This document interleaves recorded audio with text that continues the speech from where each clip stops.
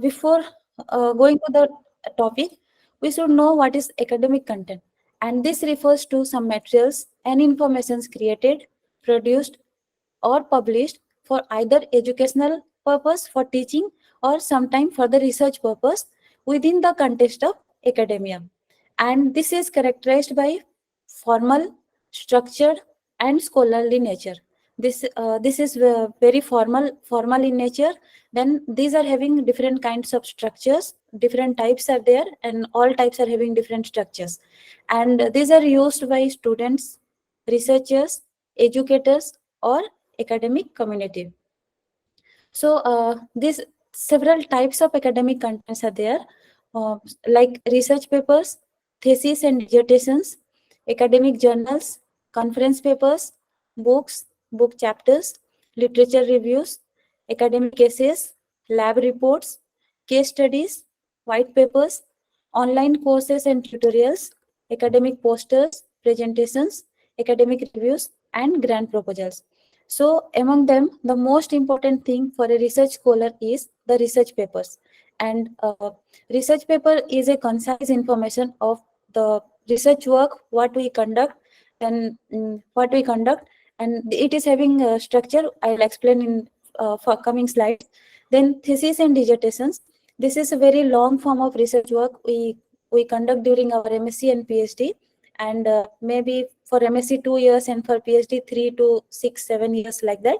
So in-depth analysis or in-depth conduction or in means in-depth study of a particular topic we do, and we write it in a very large big form, or it is a longer form of academic content. And similarly, sometime we write books and sometime book chapters like that. So one more important type of academic content is grant proposals. So before starting our research work, means we need some funding to conduct or to carry out our research. So for that we need to write some grant proposals.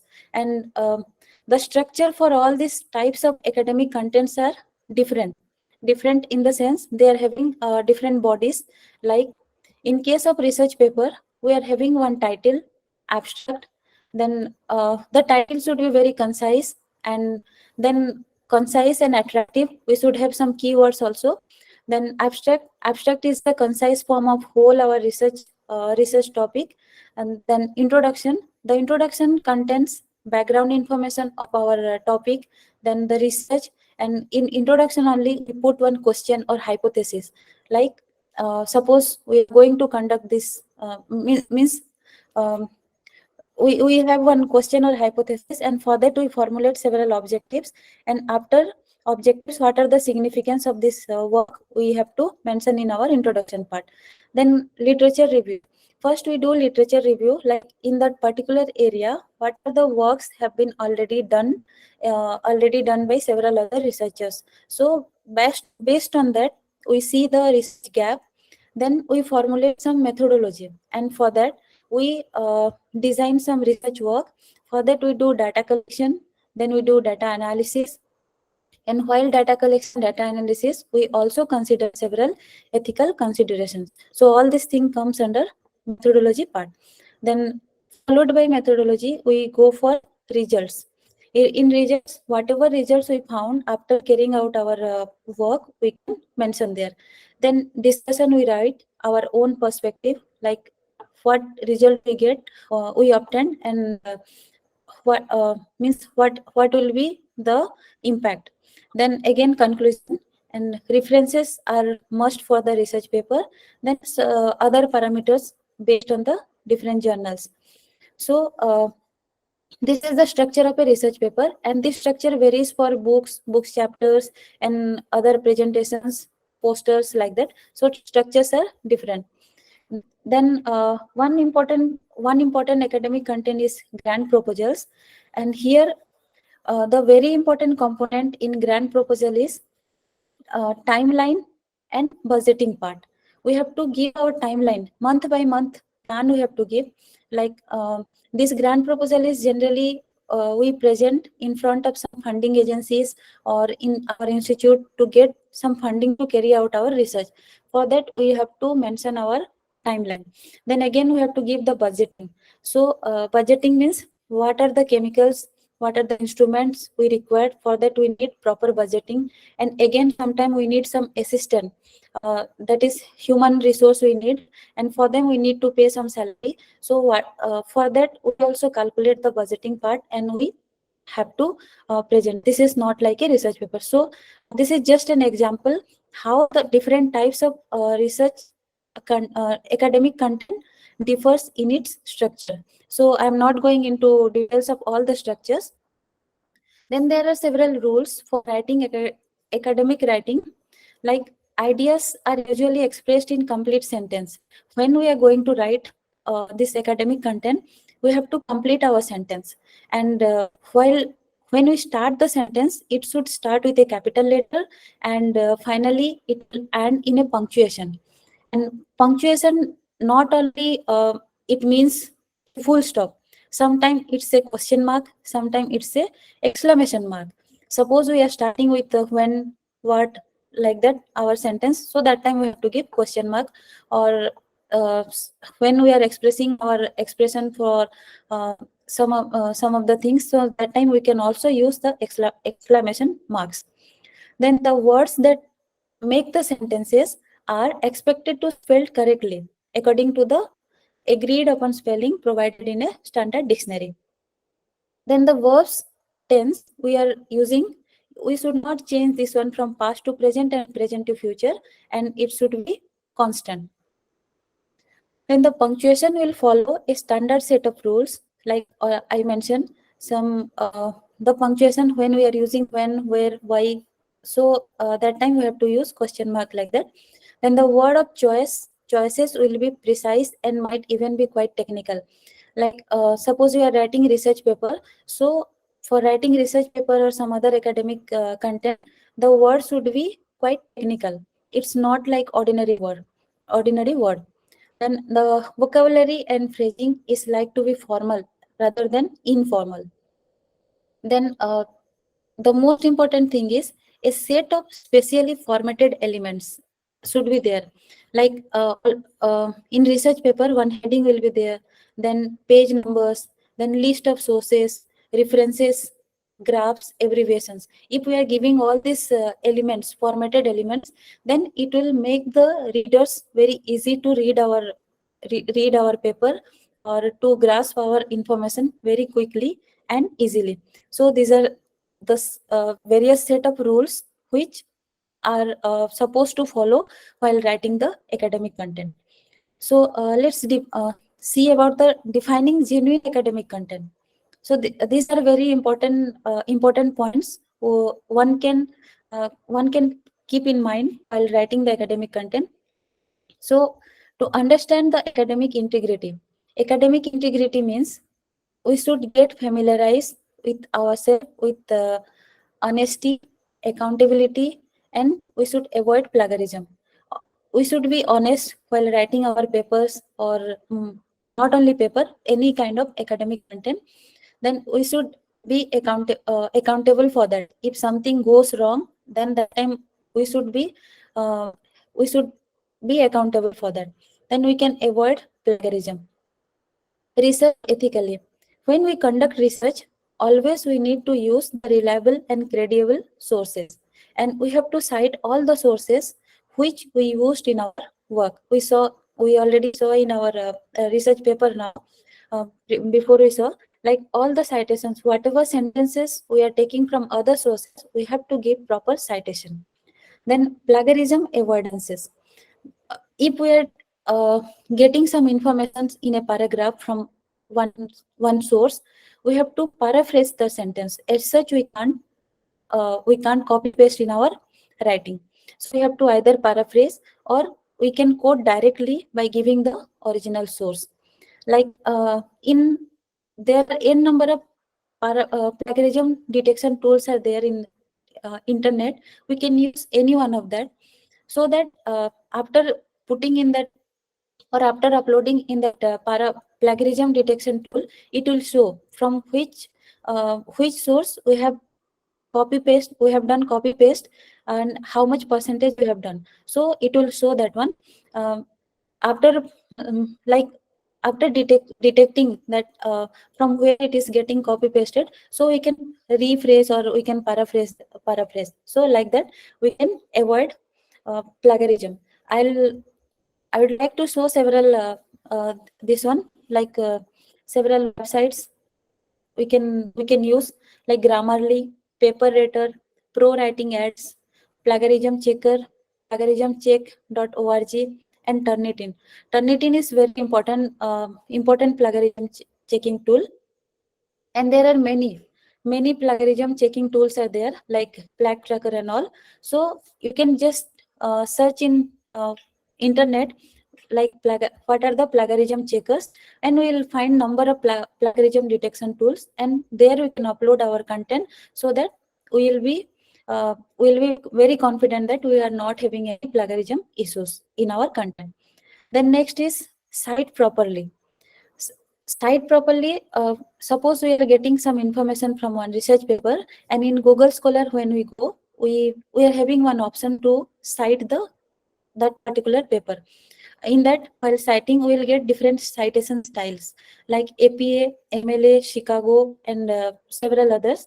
So any one of that we have to choose, and after choosing that, we have to maintain the same format throughout our documents. So I'll just show, like uh, if suppose we are going to cite this paper, so after going this site, after clicking the site, we will get this kind of options: MLA, APA, Chicago, Harvard, and all. So any one of this we can select, and we can maintain the same citation style throughout our document. So this is one example. Then next, originality in writing. When we are writing a academic content, the idea should be our own, and the unique idea should be there.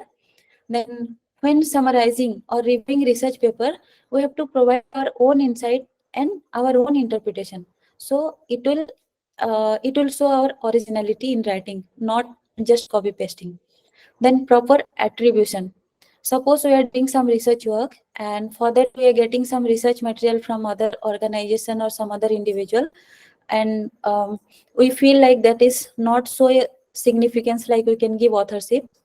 So that time what we can do, we can give the acknowledgement, like credit to the authors for any work of reference we can give, and sometimes we can give for we can also write in acknowledgement part for the original source when we are using others research materials, ideas, data, and theories. So these are the some important points while writing academic content. Then structure your work. Like we have to know, before only we know like what we are going to write, either it is research paper, grant proposal, book chapter. So based on the type, we have to write clear, we have to structure our work, like writing introduction, body, conclusion, like that. And we have to use various headings and subheadings, so that it will improve the readability. Then the language and style. While writing the any kind of means academic content, we should avoid the complex words, complex languages, or some jargons we have to avoid, so that it will help the reader to understand better our ideas. Then after writing the first draft, we can also have the proofreading, because while writing originally, where we may not check the grammar, spellings, and all. So because the idea will come out in the first time, so after writing the first draft, we have to go for proofreading to correct it.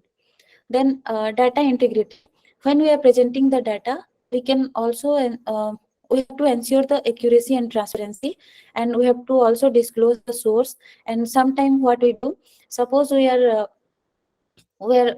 getting some information or some sequence information from some database, and we are going to interpret that one. So whatever the modifications we have done, like if it is a long base pair, we have cut it to small base pair, and we are preparing phylogenetic tree kind of thing. So all those things we have to mention, like we have obtained this much length of data, and we have cut it into this small data, and after that we are preparing like this. So whatever modifications we have done, we also need to uh, we also need to present or state clearly. And this is the example for the citation. Inside body, how we Sorry, cite. And yes, sir. Dr. Ash, can you Yes, please sir. reshare your screen, please? Sorry. Can you? Sorry. Just reshare your slides. I think it's off from here. Okay. Yes. Is it? It's not coming. Okay, yeah. Yeah, it's fine now. Yeah. It's fine. Okay. So, Thank you, ma. Yeah. okay. Thank you. Then peer review. If like after writing, to improve our work quality and authenticity, we have to go for peer review.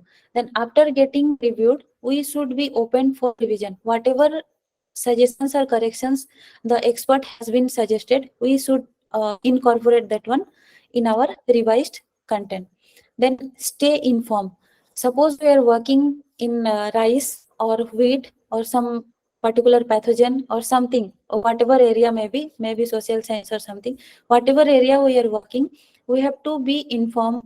We have to read regularly, and we should know the policy changes in our academic institutions or some government sites, like that. Means we have to be updated in our own research area, so that it will enhance our knowledge and it will help us in conducting further research.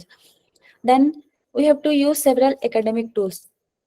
Like one example I would like to cite here. Suppose we have written one paper and we have submitted to one journal, and that paper has been rejected from the particular journal. So again, we need to submit that one in another journal. So while submitting to another journal, the references style will get changed. So that time it is very difficult to do manually if the paper is getting rejected again and again. So in that case, what we can do, we can use some academic tools, like reference manager we can use, so that in a single click we can change the style of the new journal. So it will help in reducing our time and it will increase the accuracy. So one example I'll show. The for reference setting, like Mendeley, EndNote, ReadCube, reference manager, like this. So these are the examples of reference setter we can use for uh, cut short our time and to increase accuracy. Then again, either to ethical guidelines. We have to respect the ethical guidelines related to our work, such as obtaining informed consent from human subject, or following. We are working in animal, so we can take proper permission, like that. So whatever ethical guidelines are there while conducting our research, we need to adhere that. We should not surpass that one.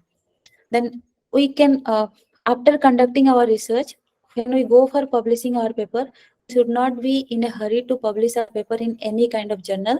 if because many times we may get trapped in some predatory publishers, so we can avoid that one.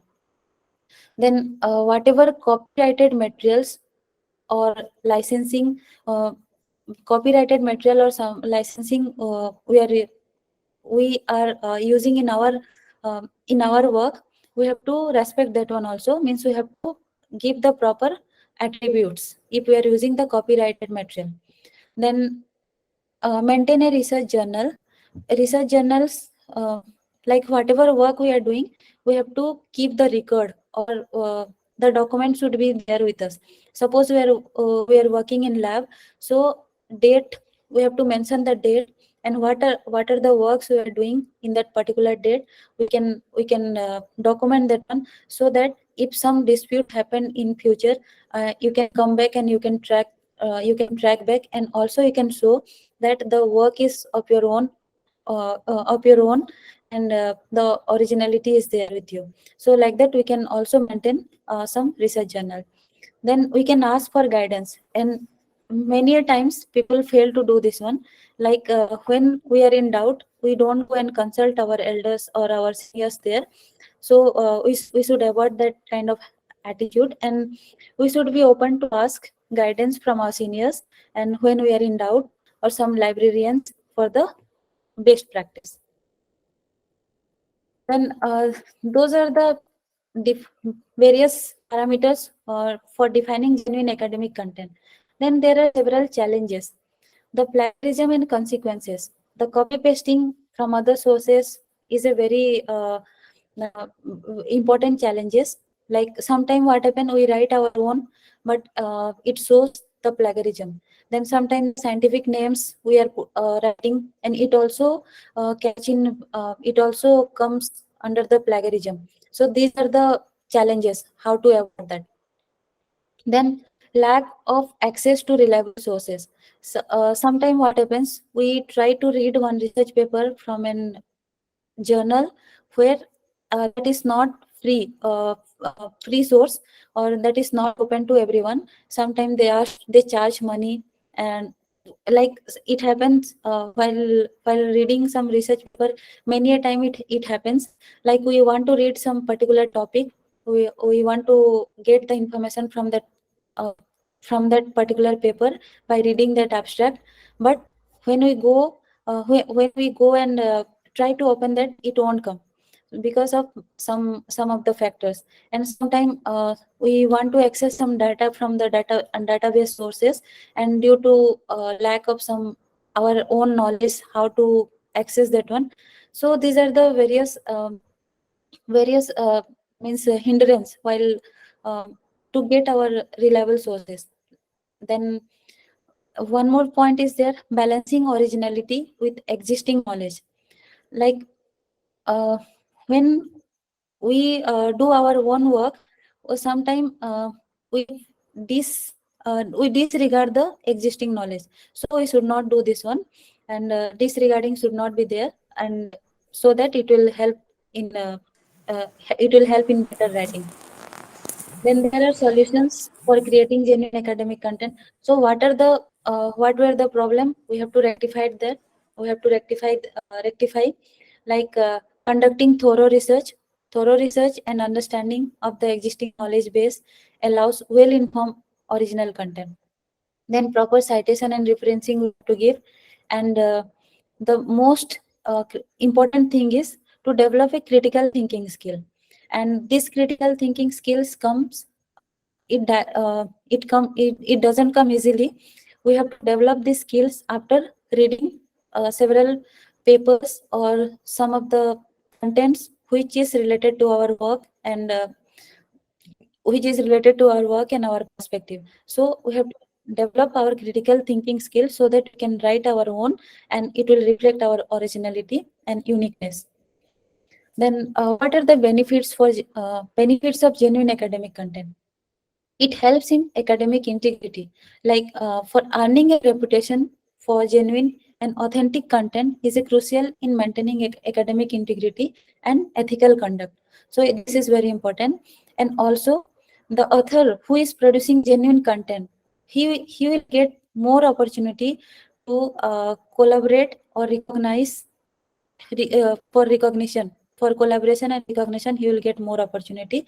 So it helps in building credibility and reputation. Then we can also help in contributing the advancement of knowledge. If we are writing very good or genuine academic content, so it will help the existing database to update, and it will help in the advancement of knowledge within a particular field. Then finally, coming to the conclusion, like creating genuine academic content requires originality, proper citation, contributes to advancing knowledge, source access. Uh, okay, we can advance the knowledge, and the challenges were like plagiarism, access, source access, and balancing existing knowledge. So we can make balance of all these things. We can take care of all this point. And moreover, means more frequently while discussing about academic content, we are talking about plagiarism and citation. So we have to keep in mind these two important things. Then choosing to prioritize genuine academic content can lead academic success, a positive reputation, and valuable contribution to knowledge, which will encourage uh, which will help in the encouragement to prioritize genuine academic content. Thank you. Namaste.